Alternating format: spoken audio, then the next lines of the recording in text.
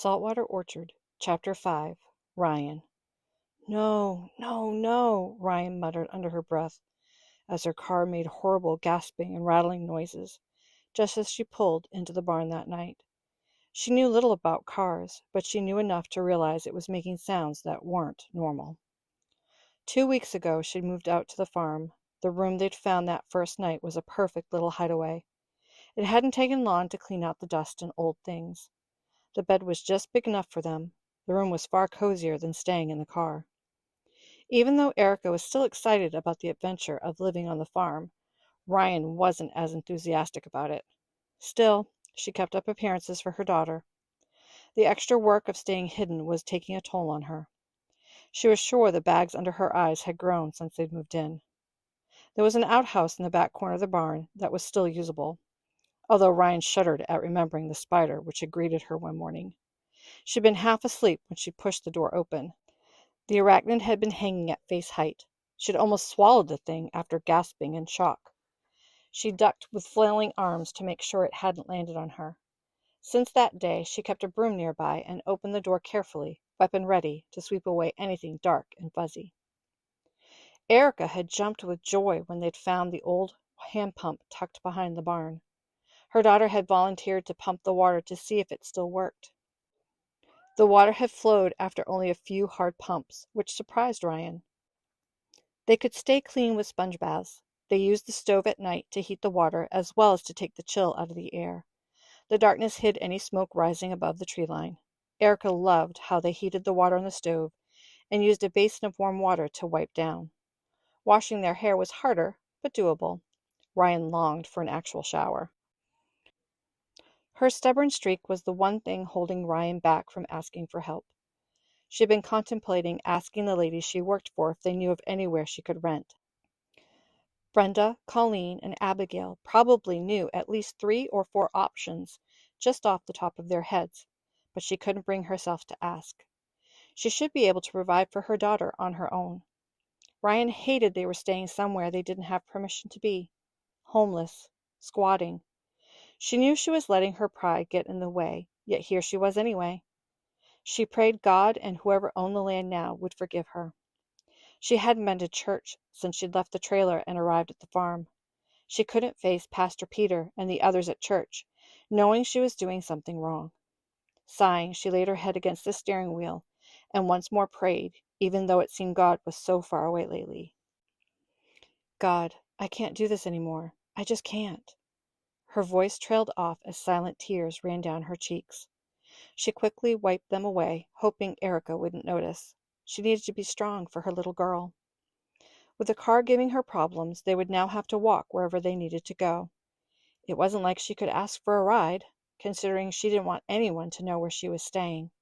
And walking would take up valuable time and energy she needed to care for herself and, more importantly, her daughter. Maybe the Lord was listening. After all, she'd limped her vehicle into the barn before it had given a loud backfire and shuddered to a stop. Ryan closed her eyes as she whispered, Lord, why? What are you trying to teach me here? What's wrong, Mommy?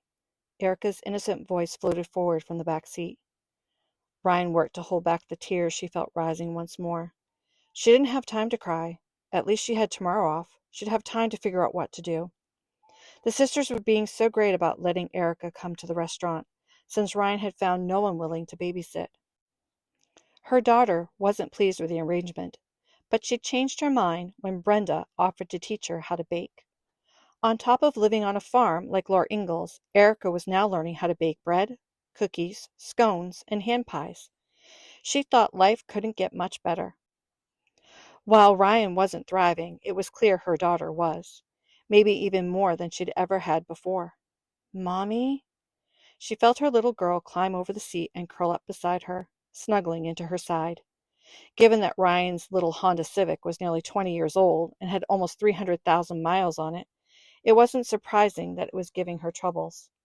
Although it had been reliable up until this point, she wasn't sure what to do now. It's okay, pretty girl. It's just been a long day. Mommy, I'm feeling a little dizzy. Pushing down the quick rise of panic, Ryan looked at her daughter. She didn't want to jump to the worst-case scenario, but it was hard not to. She couldn't help but ask, "When did you check your sugar last?" "I don't remember." "Give me your backpack, sweetie." "I don't want to climb in the back." Ryan watched as her daughter curled up on the seat. Erica closed her eyes and her breathing increased. Ryan opened her door, jumped out, and ripped open the back door. Grabbing her daughter's backpack from where it lay on the floor, she hurried around to the passenger side. "Hang on, kiddo." Opening her daughter's door, Ryan squatted down in front of her and placed a hand on her forehead. Erica felt a little clammy. Unzipping the backpack, Ryan pulled out the testing kit. She popped a test strip into the meter. "Give me your hand, Erica." Lazily, her daughter rolled her head to look at her and floated a hand towards her mother. Grabbing it, Ryan pulled it closer. "Just a little pinch." Using the lancet, Ryan squeezed out a drop of blood and loaded the test strip. The 5 seconds it took to get a reading seemed to take forever. "Hurry, hurry," she whispered. She worked to control her anxiety as she felt her heart racing. Her mind was whirling with all the things she should do. The number popped up. 55. Ryan bit back the curse on the tip of her lips at the number. She rooted through her daughter's bag, praying there was a juice box handy. She felt the cardboard and pulled it out, giving it a shake. It was full.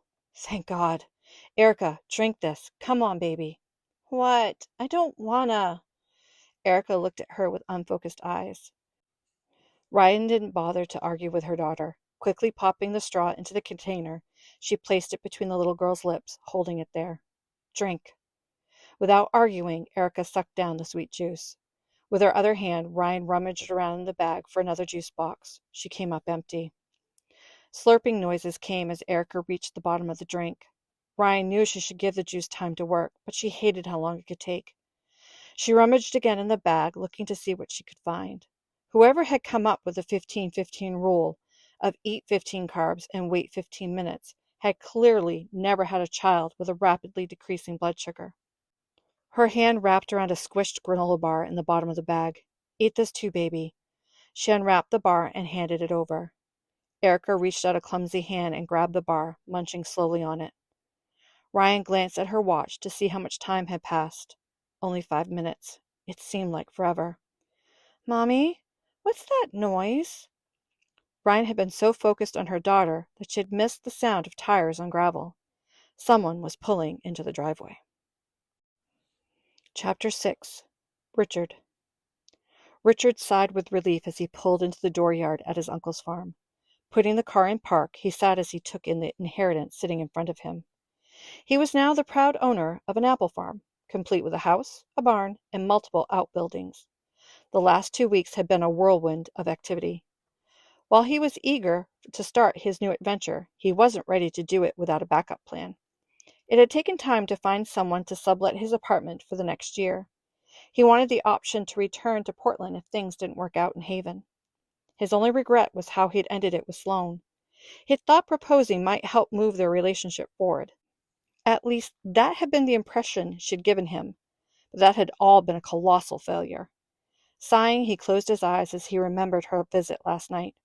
She'd shown up as he'd finished packing. The conversation hadn't gone well. "I see you're still planning to go." Sloane stood with arms crossed, tapping her foot as disapproval radiated from her. "I am." Richard kept packing. He knew he needed to tell her things were over. Before he could start, she came to stand in front of him. "And I can't talk you out of it?" She reached out a finger, drawing it down the front of his shirt, smiling up at him.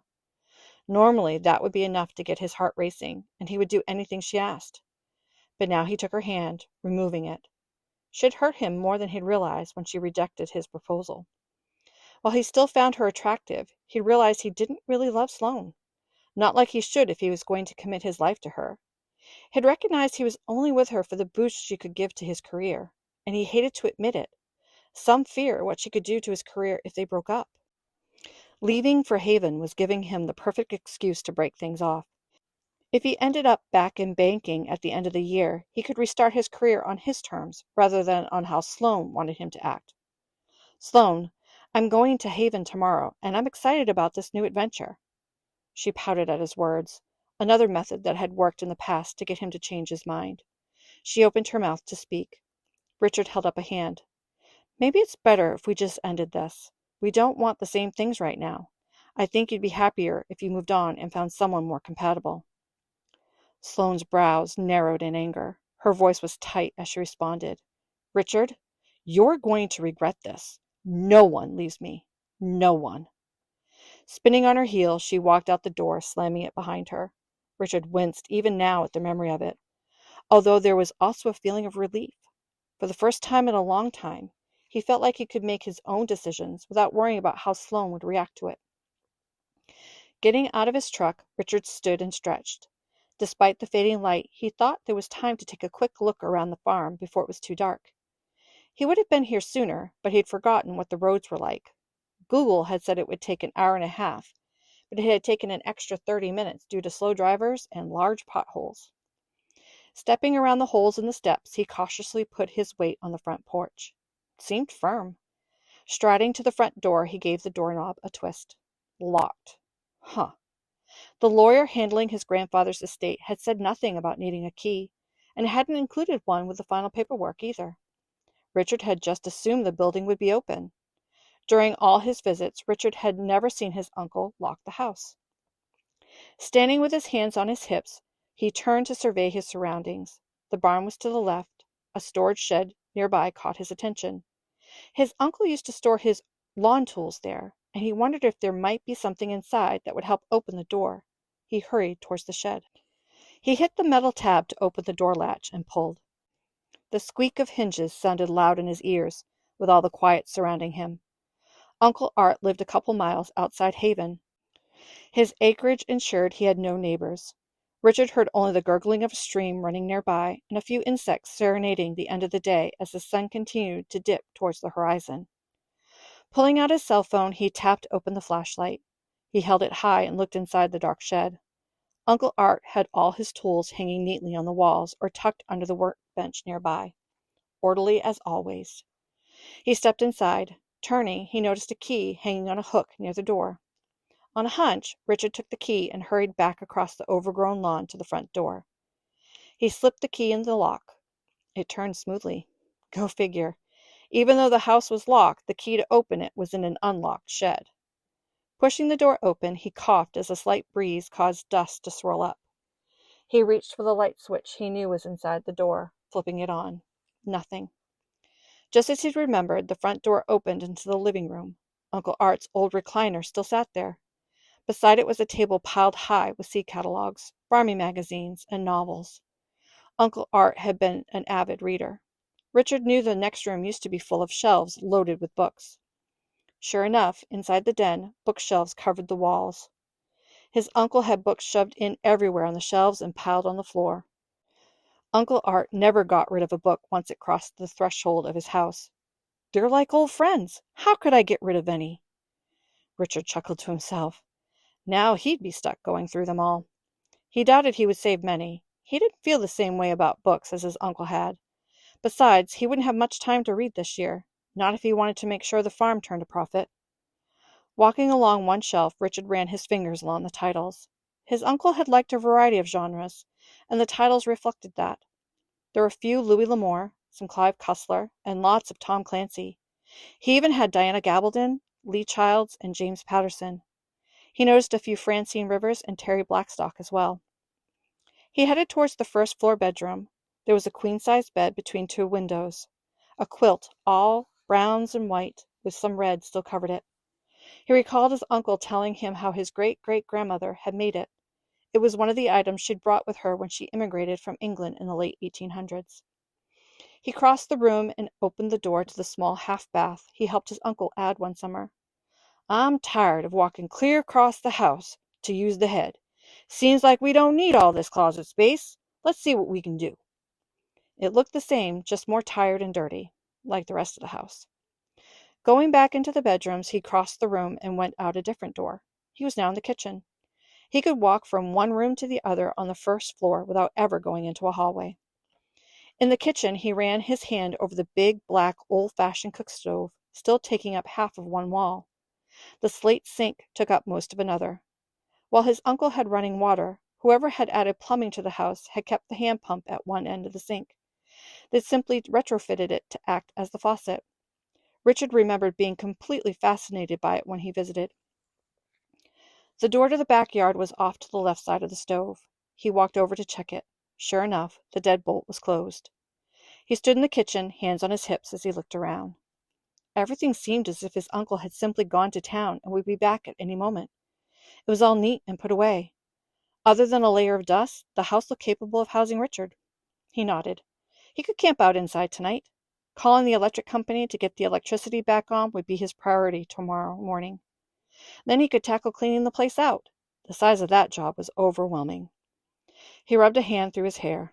Unless he found some help, there was no way he'd ever succeed. His uncle had lived here for over 50 years. No wonder Uncle Art had given him a year to work the farm. Just going through the house contents would take that much time, let alone getting the orchard up and running as well. "You never did things the easy way, Uncle Art," he mumbled to himself while heading out to fetch his bag. Excitement filled him at the thought of bringing the farm back to working order. He planned out what he'd need to tackle tomorrow once he took care of the essentials, like electricity. He would need to assess inventory, formulate a business plan, and write up a budget. One step at a time, he could do this. He grabbed his duffel bag off the back seat of his car, then snagged his computer bag out of the front, slinging the strap over his shoulder. He snatched the bag of food he picked up in town and went back into the house. Mentally, he began running through what he'd need to take care of first thing in the morning to make the house livable. Until then, he remembered there was an outhouse in the barn. Well, if he was going to embrace the rustic life until he had electricity, maybe he should go all in. He smiled. Dropping his duffel bag on the couch, he went into the kitchen. He deposited his laptop bag on the table along with the food. Making sure he had his phone, he headed out to the barn to see if the outhouse was still usable. Despite the house being locked, the barn was not. He yanked open the side door and stopped short. There was a car in his barn. A car with no dust on it. A car that looked like it didn't quite belong. Cautiously, he started inside. The tall windows let in a little light, but dusk was falling. While it was dim in the barn, he could see where he was going without the need of his flashlight, although the corners stayed darker than he would like. Stepping quietly, Richard walked around the vehicle. He put his hand on the hood. It was warm to the touch. Who was on his property? "Hello," he called. "Anyone here?" He peeked in the car windows as he walked around it, keeping an eye out for any movement. There was a backpack on the back seat. He tried opening a door. Locked. "I won't hurt you. Show yourself." He turned toward the back of the barn where his uncle used to have a room. He would hang out there, relaxing between chores, or hiding from his wife. Uncle Carol didn't take any guff from anyone, especially her husband. She had strong opinions and wasn't shy about sharing them. "I just need a little alone time," Uncle Art had told Richard one day when he had found him reading in front of the wood stove in his hideaway room. Starting towards the back room to investigate, Richard caught a flash of light from under the door. There was a furious whispering of words, but they were too low for him to make out what was being said, or how many people were in there. It was likely teenagers thinking they had found a makeout spot. Richard stomped a foot twice and yelled, "I can hear you!" The words cut off. "I'm coming in. I won't hurt you," he called again. Taking a deep breath, he put his hand on the latch, easing the door open. Huddled on the bed was a woman who looked like she was in her late 20s or early 30s. He was never good at pinpointing a woman's age. She had her arms wrapped around a young girl who stared at him with blurry eyes. "Who are you?" Richard demanded.